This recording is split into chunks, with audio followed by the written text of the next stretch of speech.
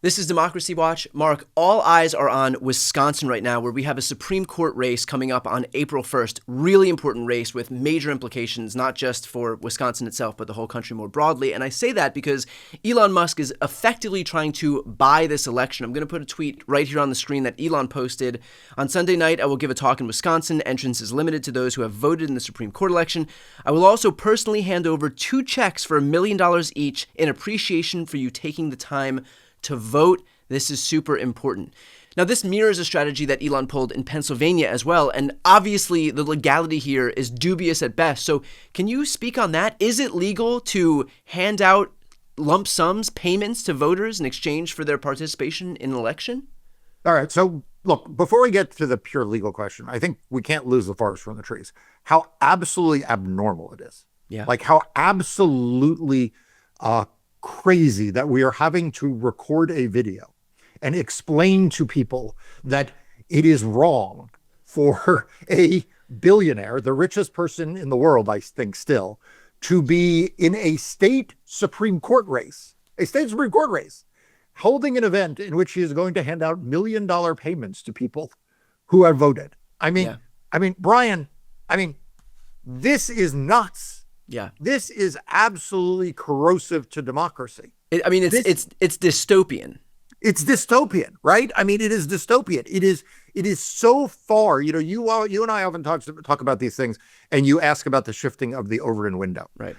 Several years ago, I can't remember whether it was the first Obama election or the second Obama election, the right wing got very angry. Wait for it. The right wing got very angry with Starbucks, because Starbucks said they would give a free cup of coffee to people who showed up with an I voted sticker. Yeah. And the right wing was convinced that Starbucks was in the bag for Obama because it was a coffee house. In retrospect, what I realize now is Starbucks shouldn't have handed out coffee. They should have handed out $1 million checks to people. And then the right wingers would have been completely fine with it. Right. And so Starbucks had to essentially, as I recall, walk it back and be like, oh, we are, anyone can come in that day and get a cup of coffee. We're not trying to buy voting.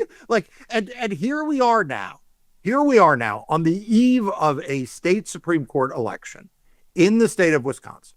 And the richest man in the world is doing this. Now, to your question about the law. The federal vote buying statute doesn't apply because this relates to state law, but every state has laws like this. And in Wisconsin, they have a law that makes it a crime to offer anything of value to a voter to induce them to vote or refrain from voting. Okay. So it doesn't matter whether you're voting for a candidate or not. You cannot make a payment to induce someone to vote or refrain from voting. So the question here is, does that inducement statute also cover rewards after the fact? Well, I'm not an expert, particularly in this statute, but I think common sense says it probably does. And here's why. Because voting is still going on, right? So it is an inducement to people to vote because they can then vote and then come to this event. Right. And so do I think it's illegal under Wisconsin law? I suspect it is. I think it will be certainly looked at. But whether it is criminally prosecuted or not criminally prosecuted it is, as you say, it is completely dystopian. Now, that obviously raises the question that it doesn't change the fact that the impacts that it'll have on this election will already be in the bag. And so it feels like we're just kind of chasing this stuff after the fact. It's not going to matter whether there's some litigation once the Supreme Court race has already taken place. And so is there a concern that even if what he's doing is illegal, these people are so content to abuse the legal system, knowing full well that if they've already gotten what they need out of it, then it doesn't really matter? Yeah, this is what I worry about. If there is one dominant theme of where we are today in America, it is this. And it's something you and I have talked about. I have praised you on some of your social media posts making this point, which is, I'll admit it. The reason I know about the Starbucks thing is I was one of these lawyers who was like, oh, wait, no, there's a Starbucks offer. And what will this mean? Will we be accused of, right? And so that's the Democratic perspective. Yeah. And here you know, your point about like get a new parliamentarian, right? Here we have it where Elon Musk is like, oh wait, I'm going to do it, and maybe there'll be litigation, maybe there won't, but the election will be over, right? Right. So look, I have grown as a lawyer then, and I think no one would say that right now I am overly worried about norms, Yeah. and I challenge them and I litigate, and Democracy Docket is fearless in its journalism as you are. But I do think that it is one of the challenges that we face right now across all of the cases, all of the litigation, and frankly, probably even in the broader culture, is this sense that the Republicans are not just shifting the Overton window, they're just sort of like ignoring the Overton window Right. and then just like letting it realign. And all we can do is call it out, and what the lawyers need to do is to be aggressive. And so, Josh Call, the Attorney General of Wisconsin, or the local DAs, whoever has jurisdiction here, I'm sure will look at this. But we cannot have a world in which Merrick Garland, on his way out of the Department of Justice, says my greatest accomplishment was we adhered to norms, only to be replaced by Pam Bondi, who's like, oh, wait, there was a signal chat over bombing. Yeah, no, we're not going to investigate that. Right, right. Well, we do have Ben Wickler, who is the chair of the Wisconsin Democrats, coming out and saying that his payment is a blatant felony. So does that give you some reassurance in the sense that these folks are taking what Elon is doing seriously and not looking, at least from the indication that we have right now, not looking to just let this slide by? Yeah, I'm sure. Look, I'm sure the Democratic Party of Wisconsin will not let it slide by. I am sure the Democrats in the state will fight hard. I am sure that there will be lawyers who fight hard on this. I'm not accusing anyone of not fighting hard, and I think that there has been a shift in mindset, and I do think that shift is going on. But I want to also acknowledge what, like I said, you have really been very prescient on. You have really been early to this, to recognize that part of Trump's superpower, part of the thing that Republicans are able to do, is to simply sort of brush off the criticism and also brush off the law. They detain someone, and the judge says don't move them out of the state, and then they move them out of the state, and it's like, oh, Your Honor, it's too late. They're no longer in the state, and like that. I'm not commending that, and I'm not saying that Democrats need to replicate lawlessness. But I do think that it poses a real challenge right now in this moment, in which you do have that asymmetry, and we need Democrats to fight hard. We need progressive media to be unafraid. We need Democratic organizations to be unafraid. We need progressives to be willing to be more aggressive. And again, it's something I try to do in my daily life and in my practice and with Democracy Docket. But I don't think we can view this Elon Musk thing in Wisconsin as just a one-off. Like, it's not like just in one race, one billionaire decided to do one thing.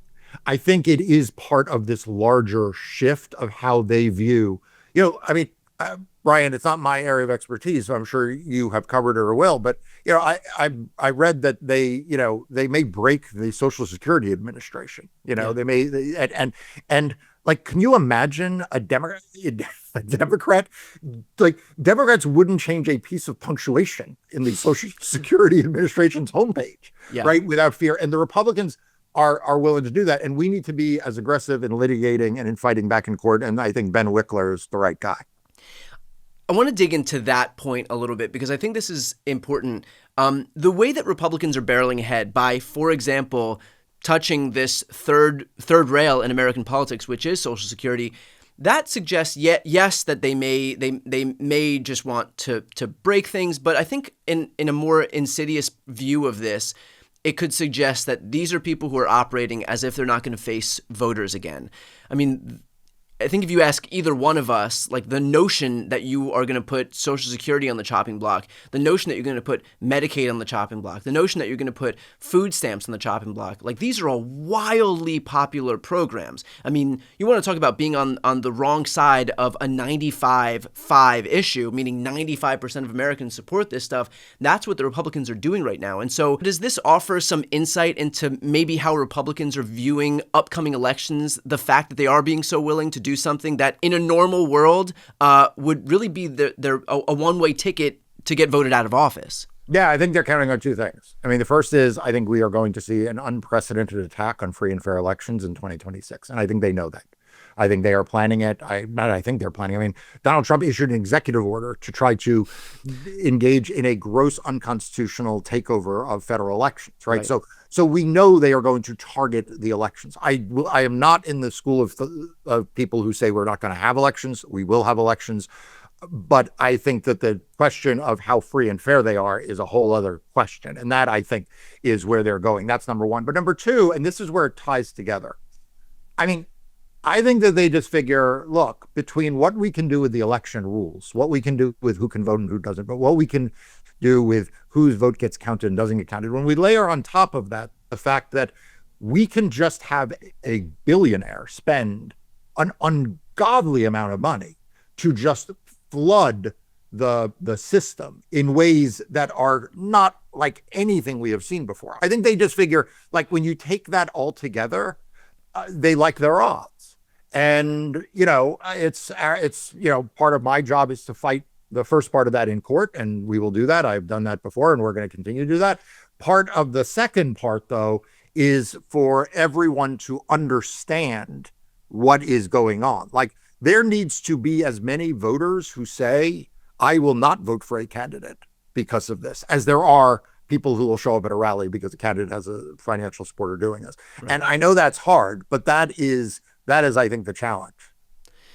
We will, of course, stay on top of this issue because, as you said, this isn't going to be the first time that Elon or some Republican billionaire is looking to effectively just purchase a U.S. election. And I think that it's especially important to point it out right now because this is the test case. If they're successful here in Wisconsin after having been successful in the presidential election, then they know that this is a strategy that they can deploy throughout the entire rest of the country. So my message to people who are watching right now is if you live in Wisconsin, if you have friends, family, coworkers, colleagues, anything in Wisconsin, please make sure that not only you turn out on April 1st if you haven't already voted, but that you bring other people and make sure that they vote on April 1st as well for Susan Crawford, and make sure that Donald Trump's preferred candidate of Brad Schimmel gets nowhere near the Wisconsin Supreme Court. Yeah, and let me add something to that because it's important for the viewers to pay attention to this.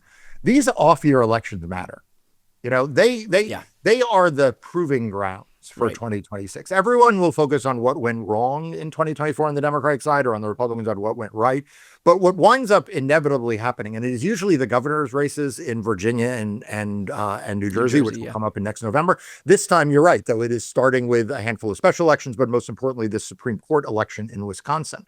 Everyone is sort of recalibrating and retesting to see what is going to work and not going to work for 2026. And so if Republicans are able to win a state Supreme Court election using this tactic, you will see a lot more of this tactic. If, by the way, in North Carolina, another thing you and I have talked about, where they are still trying to throw out the election results in a state Supreme Court race by throwing out 65,000 votes from people who cast lawful ballots, if they're able to pull that off, we will see that a lot more in 2026. So people really need to pay a lot more attention to elections in 2025 than I feel like they sometimes do, because they think, well, these are just like one-off governorships or one-off state Supreme Court races. But they really are the thing that set the tone for the midterm elections. Perfectly put. And I know that you've been covering this extensively. For those who are watching right now, to follow along with Mark's coverage and to support fearless independent journalism, the best of it, please make sure to sign up for Democracy Docket. I'll put the link right here on the screen and also in the post description of this video. I'm Brian Tyler Cohen. I'm Mark Elias. This is Democracy Watch.